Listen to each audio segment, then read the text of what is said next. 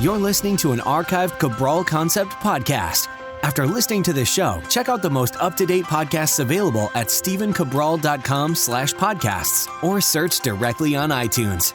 And now, welcome to the Cabral Concept, where board-certified naturopath and integrative health practitioner Dr. Stephen Cabral shares how he was diagnosed at the age of 17 with a life-altering illness and given no hope for recovery. It was only after studying and traveling all over the world did he discover how to combine ancient Ayurvedic healing practices with state-of-the-art naturopathic and functional medicine to fully rebalance the body and re-energize it with life. It's time to discover how to get well, lose weight, and finally feel alive again. And now, here's your host, Dr. Stephen Cabral. Hi, everyone, and welcome back to the show. So great to have you here today. Can't wait to get started with our part one of our weekend house calls. My goal this weekend is to answer as many questions as humanly possible in our time together. So I'm really looking forward to doing that. If you are new to the show, on the weekends, Saturdays and Sundays, I do house calls. This is where I get to metaphorically step into your home. You ask me a question, and I get to do my best in order to point you in that right direction. So it could be with lab testing, it could be with healthy living, the diet, the exercise, the stress reduction, the toxin removal, the rest protocols, the emotional balance, the supplements and success mindset, the de-stress protocol. So any one of those parts, and potentially all of them. So I can't wait to get started. Really looking forward to answering these questions. It's now been a week, obviously, since I've been able to get into these questions. Really looking forward to it. So let's get started. First question's from Nikki. My husband has had dry scalp since his teen years and continues to do so in his 30s. He's been treated by conventional doctors for this with antibiotics, steroids with little effect. For the past 11 years, it's only been him who struggled with this. As of the last year, I've started to have dry scalp as well as our children. We try to eat healthy. We do eat out every other month and consume some white flour. We live in a small farm but are surrounded by conventional fields and farmers. Where should I start in healing my family? We recently ran the Big 5 lab test on my daughter and hope to get the rest of the family tested as well. Thank you. Okay, so really great question. If you type in dry scalp at stephencabral.com/podcast, I'll keep referring to that page today. You'll find all sorts of episodes on dry scalp, on dandruff, etc. So if it's the whole family now, well, of course you could be, you can be predisposed to it, but really you want to look at it is there some type of poor digestion going on in the gut? Is there some poor fat digestion?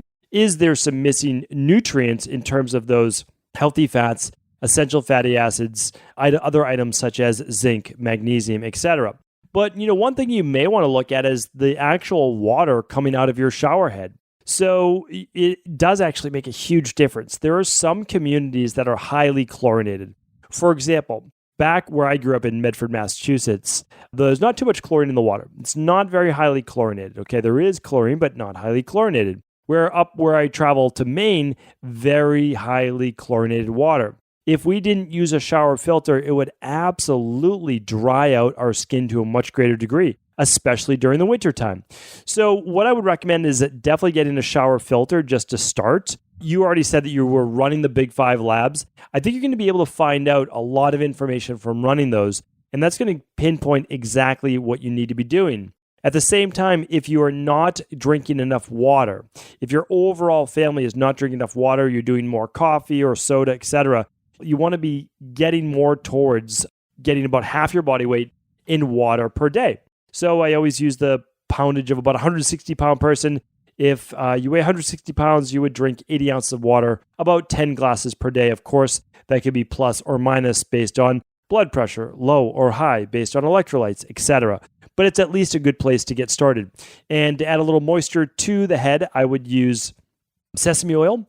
You could use a little bit of coconut oil. You could use jojoba oil, or you could also use castor oil. Those are all excellent for bringing some moisture to the scalp and great for the hair.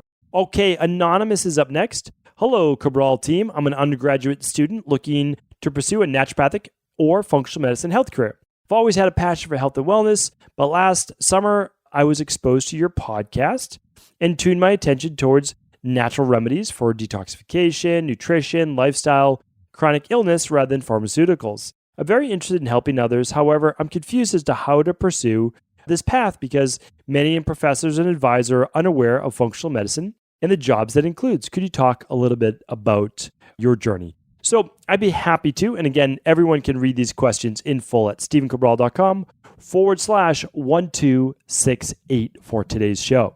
So I get this question all the time. Like, what should you do if you want to help people, right? That's the question I always get. Now, I'm going to give you a few different ways around this. And this is the truth. Again, like, I have no interest in lying to you. I really don't. I have no agenda at all. Like, at all. I mean that. So here's the thing. I work with so many doctors myself. About a third of my practice is meeting with other health practitioners and doctors on their own health. And I get to talk to them inevitably about the stresses of their life, and much of that is work. So here's the thing though, and of course, I would never say don't become an MD, a DO, which is an osteopathic doctor of osteopathy, a chiropractor, a naturopathic doctor, etc., right? So a doctor of whatever you choose to be a doctor of, then that's great. And all of those are excellent. You can help people in your own way. But you have to understand, a lot of times with that position, you're going into a practice where you might be seeing 40, 50, 60 people a week. Like, it's an assembly line, especially if you take insurance.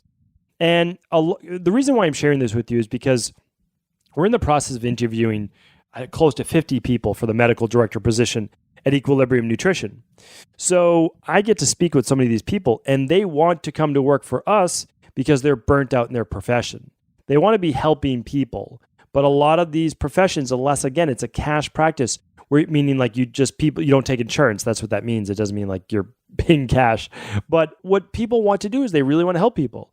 But when you take insurance, you have to play by these specific rules. You got to be doing electronic medical records. You got to be always worried about liability and malpractice and this, that, and the other thing, right? So here's the thing. I'll never talk to anybody out about becoming a doctor. But if your true goal, your end goal is to help people, here's what you can do. And this is just such a well-rounded career, I believe. You could become a personal trainer. It doesn't mean you're an expert, but you can learn to become a personal trainer, and you can get certified. And probably, like, if you really study 4 to 6 months, and again, that doesn't mean that you're a great personal trainer, but it means you have a certification. And you could get started in that if you want to, if that interests you. You could get certified in nutrition. Again, getting certified in nutrition in 6 months' time doesn't make you an expert. But what it does, it gives you a basis point, and you can continue to read 1, 2, 3, 4 books a month, whatever you'd like to do, right? So you can continue with that. You can join our integrative health practitioner certification, which in my opinion, I honestly believe this. Of course, I'm biased. I know that. But I've done so many. I have a lot of education. I just believe that this is what I would have wanted. That's the truth. This is what I would have wanted. And that can help you really get a good career, in my opinion, in functional medicine. We have our IHPs being employed all over the world. So that's one. And then, of course, massage therapy. That's another one. Acupuncture. That's another one. So all of these are great career paths. In my opinion, I would start to work a little bit, or I would start to explore them, right? Work in a gym and see what it's like where personal trainers work there. You can just get paid whatever minimum wage is. I don't know what it is. Back when I was working, I was getting paid $8 an hour at the gym just to pick up weights, and I found out about it. But I found out I actually really liked it. I love being in the gym. This is when I was 17 years old. So I did that. And then you might say, you know what, I want to take this to the highest level possible. And then you might go to become a medical doctor, but practice functional medicine. Don't practice, conventional medicine if you choose not to. Or maybe you decide that you love it and you want to become an emergency medical physician, right, in an ER. Or you go to become a naturopathic doctor and you study at Bastyr or Southwest or Bridgeport or any one of the great schools. There's so many great schools. I'm not going to name every single one. So, that's the thing, is that you have to honestly follow your heart of what it tells you to do, because there's so many people that I interview that are unhappy with what they're doing right now. So do something that you love. That's the bottom line. The money will come. You'll be able to work with great people no matter what health career you're in. So don't worry about that. You'll make it happen. All right, next one is up. Okay, this one is from Ingrid. Hi, Dr. Paul. We made a video version of this email that I'm including the link here, which is better to see his skin clearly, and it looks like it's a YouTube link. My husband and I live in Michigan. He's a very healthy man of 34 who has never had alcohol, smoked cigarettes, and vegan diet for the last 3 years, exercise regularly. Both he and I got a lot of mosquito bites last summer. In October, we realized he had a small bump. Figured it was an insect bite, but it never went away. Thinking it was a wart, put salicylic acid on it. It burned a hole in his skin, which turned into a dime-sized open sore. oozing yellow watery liquid. Dermatologists nearby weren't available until January. Went to the PCP, gave him some topical antibiotic. The sore widened to be a strip of bumpy, oozy skin about 2 inches wide. Went to the PCP, saw another doctor, gave him Bactrin. He's got hives. He couldn't sleep well, total misery. Finally met the dermatologist January. Original bump was probably an ingrown hair. Now he's developed severe eczema due to the response to antibiotics. She basically shrugged, saying sometimes a person develops eczema. She gave him hydrocortisone. His symptoms of discomfort went from 100% to about 20%, but never got completely better. All right, let's see. This is quite a long question. Let me see if I can get to where it's going. The doc said, according to the tests, he's got a number of food sensitivities, extremely high D-arabinose. Okay, we removed all of his trigger foods. My question is, are we pursuing the wrong course here? Okay, so here's the thing. A lot of people run outside labs through other doctors, and then they ask us for our opinions on those labs.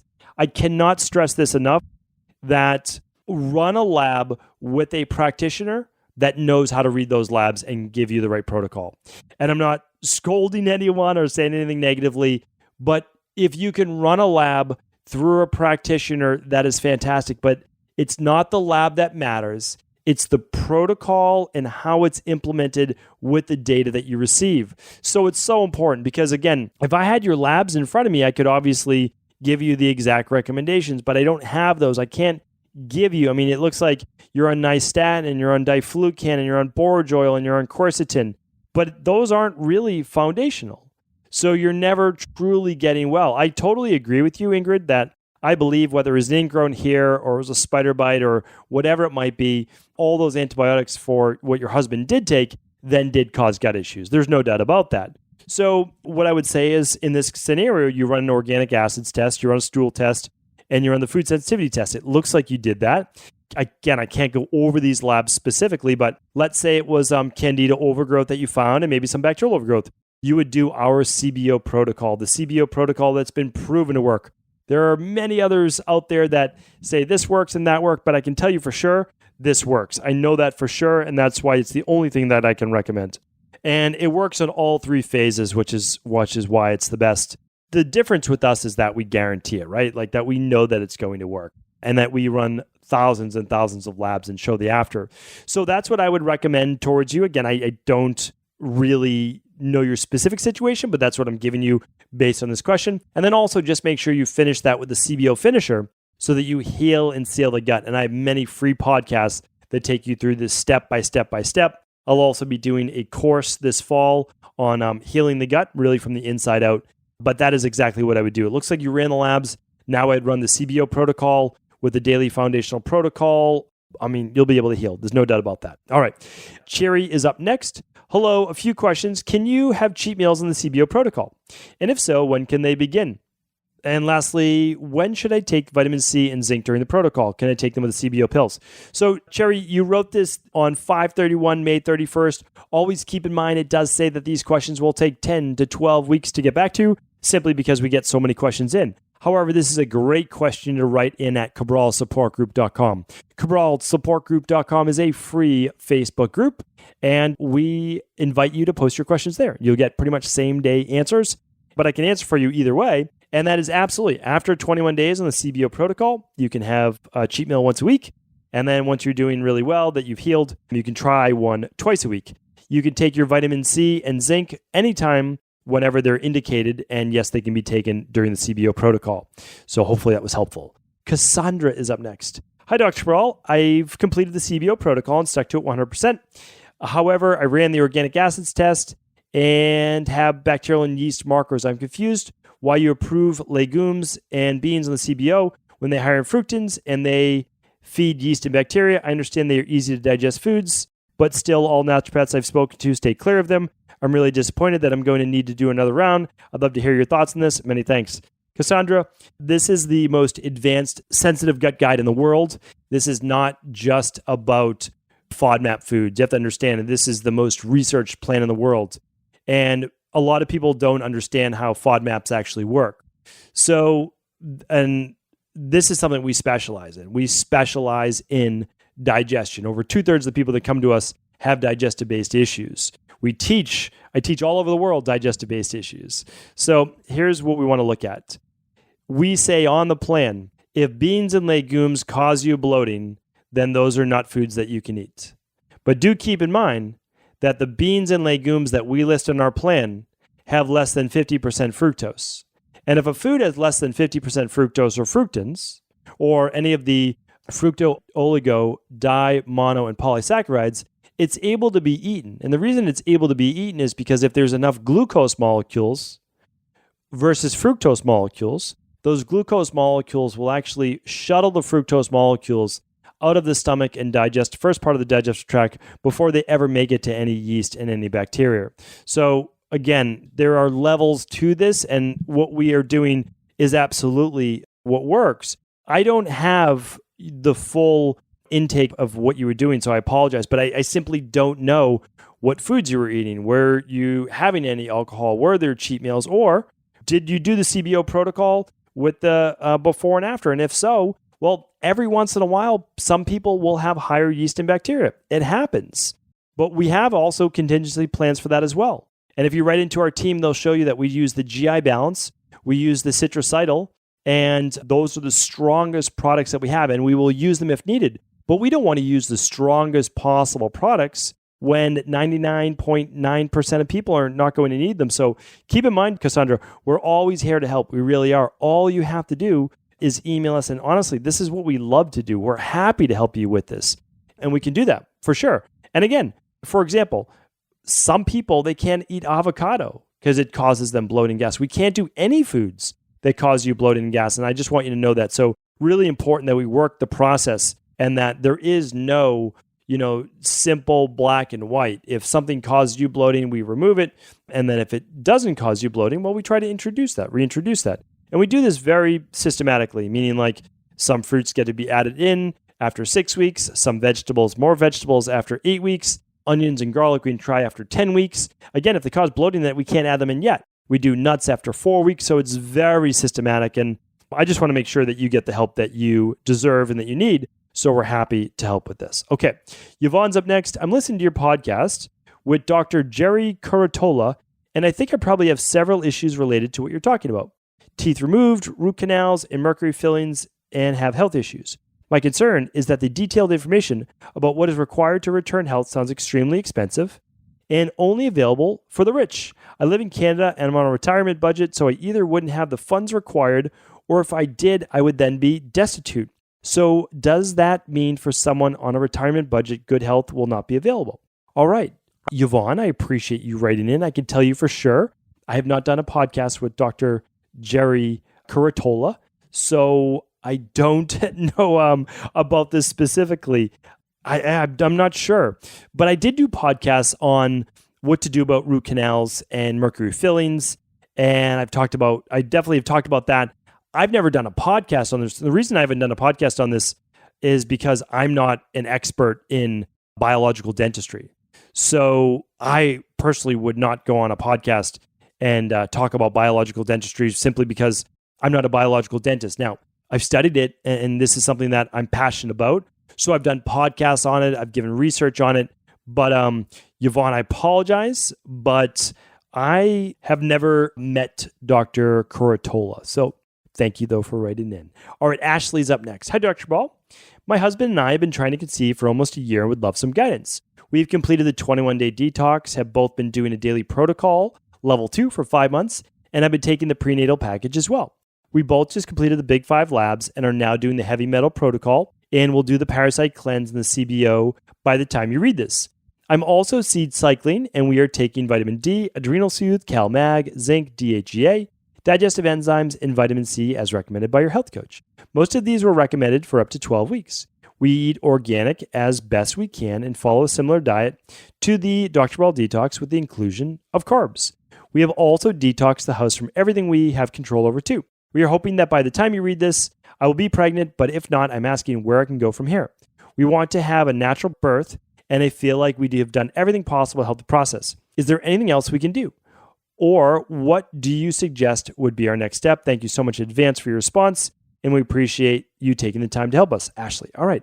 Ashley, appreciate you writing in, and I just want to first commend you You've done so much amazing work. You've done the Big Five. You've done the heavy metal detox. You've done the 21-day detox. You're doing the daily foundational protocol level 2. You're doing seed cycling. I mean, you're doing fantastic. You really are. So I am hoping, because you wrote this in on June 2nd, and it's now July 25th, which actually means we're catching up on questions. So I'm happy to see that. So here's the thing. You're doing fantastic. What I would want to just make sure is that you're controlling overall cortisol and stress. That's it. You've done your work. You're fortifying your body with all the minerals that your body needs. And you're using the extra zinc, which is great. You have your vitamin D. You have your vitamin C. You're doing fantastic. Okay. So let's maintain with the daily foundational protocol level 2, just like you're doing. Okay. You might want to keep the balanced zinc in there because that's good for both you and your husband for improving, sperm count for your husband, but also improving overall anabolism in the body. Make sure that you're getting 8 hours of sleep per night. I would love you to get into a little bit of meditation to control stress as much as possible. And that lower levels of stress will actually tell your body that it's in a nice, safe spot. It will allow progesterone levels to rise, and that will hopefully enable you to conceive. So, Ashley, keep up the great work. Again, we would love to help in any way that we can, and that's absolutely what we're here all about. But also, we would love to hear your success stories. So we've gotten a few now success stories just in the past couple of weeks. So people that we've been working with for a while, and they finally conceived, and it's actually very exciting for all of us because this is something that my health coaches are so amazing. They really are, and we invest so much of ourselves in the private wellness clients that we work with. And the reason is that my health coaches are asking me questions like, "Hey, what more can we do? What can we do?" And we do everything in our power. That's what we honestly do, and that's what this is all about. It really is. Sometimes you're not going to master it the first time. Sometimes not even the first month. But you stick with it, you work the process, and you will get well. That is truly how it works. Most of the time, you know what? You do the protocol, you eat well, and the things fall into place. Great. But sometimes some people don't. I mean, I was one of those hard cases. It happens. It doesn't mean that you don't give up. It means you just keep on pushing forward. So thank you for writing in, Ashley. Appreciate that as well. Let's get in one more question. Okay. This is from Judy. Help, I'm breaking out in random hives for over 2 weeks. I thought it maybe was something I ate, but I eliminated the certain things from my diet and it's still happening. I get tingling, itchiness, that anything that touches my body. I get welts on my skin. I'm not sure if it's a delayed response to a food or an allergen. I have also been experiencing growing sensitivities to things I've eaten over the years. I've been highly stressed over the last 6 months, and I'm now taking 2 capsules of Adrenal Soothe. Okay, I'm having my ACTH done next month. I'm experiencing eye floaters. My friend told me to take the MRT food sensitivity test. It has a lot more foods on it. I prefer to go with your coaches and your team, but I wonder what your thoughts are. Okay, yeah, so we're happy to help. I talked about the MRT food sensitivity test many times. It tests not just IgG, it's looking at IgM as well. At least it used to. I used to use the MRT test. To be honest, I like the test that we use. More data isn't necessarily better. So when you look at the 94 foods, those are 94 common foods. Some tests test for 500. Those are fine. And they end up looking at all sorts of herbs and things like that. Again, totally fine with me. Sometimes they're very expensive. Sometimes they require a blood draw. What matters to me is the data, and matters to me getting the data quickly. So that's why I love the labs that we run. But you can always run whatever you feel is appropriate. But here's the thing. Simple food sensitivities are not going to cause this. You talked about being highly stressed. I mean, my highest recommendation is to run. Like food sensitivity tests would be fine. Great to look at. I agree. You should run a food sensitivity test. But I would really run the organic acids test, the hair tissue mineral analysis, and then the thyroid adrenal hormone test. That is exactly what I run. And I know that you're running that. I think you wrote ATH or adrenal thyroid hormone. That works too. We usually just call it the TAH, the thyroid adrenal hormone. But that's what matters the most. I'm telling you right now, because you may just be having a highly inflammatory cytokine-based state where you are reacting to almost anything in your environment because of this very high level of stress. So here's the thing. I look forward to being able to read over these labs. I look forward to being able to help you. The eye floaters are also a dead giveaway that your body's extremely stressed, that it's catabolic, that it's most likely lacking a lot of magnesium as well. So, I mean, if you are still waiting for your labs, I would probably get started with Daily Foundational Protocol Level 2 or Level 3. Probably Level 3 because it has the enzymes to help you break down your food better. I would add in 2 of the full spectrum magnesium capsules at dinner at minimum. I'd probably do the deep sleep protocol or the ultra deep sleep protocol to make sure you really calm that body at night. But again, this is based on a podcast, and I know that we're going to be able to get you those personalized results very soon. Thank you so much for writing in, Judy. Thank you, everyone, for tuning into this show. It flew by today, but we have another 5, 10, who knows how many questions we'll be able to get in tomorrow. I never count exactly, but I just try to do my best to be able to get you those answers that I believe that you deserve. Thank you. Enjoy your weekend, and be sure to tune in tomorrow for more questions on the Cabral concept. Take care, everyone. Are you ready to heal yourself and then go on to heal others? If so, the Integrative Health Practitioner Institute can help you discover proven functional medicine protocols that blend the best of 7 different healing disciplines from around the world. I personally share with you the exact handouts and protocols I use in my private practice that enable people to get well, lose the weight, and live longer, stronger. I want to pass this information on to the next generation of health coaches, and that is exactly why I created IHP. We are the future of the health coaching industry, and the skills and knowledge you will learn will make you an in-demand certified health coach anywhere in the world. Although we have many medical professionals taking the IHP certifications, no experience is necessary, and half our members have no previous health certifications. At the Integrative Health Practitioner Institute, our motto is a health coach in every home. Our goal is that you take this knowledge and then share it with family, friends, loved ones, your community, or in a practice where you create a career you love and can be proud of. The global IHP community is filled with some of the most kind and caring people in the world, and we can't wait to welcome you into our world soon. For more information or to set up a discovery call with one of our IHP Health Coach graduates, simply head over to integrativehealthpractitioner.org.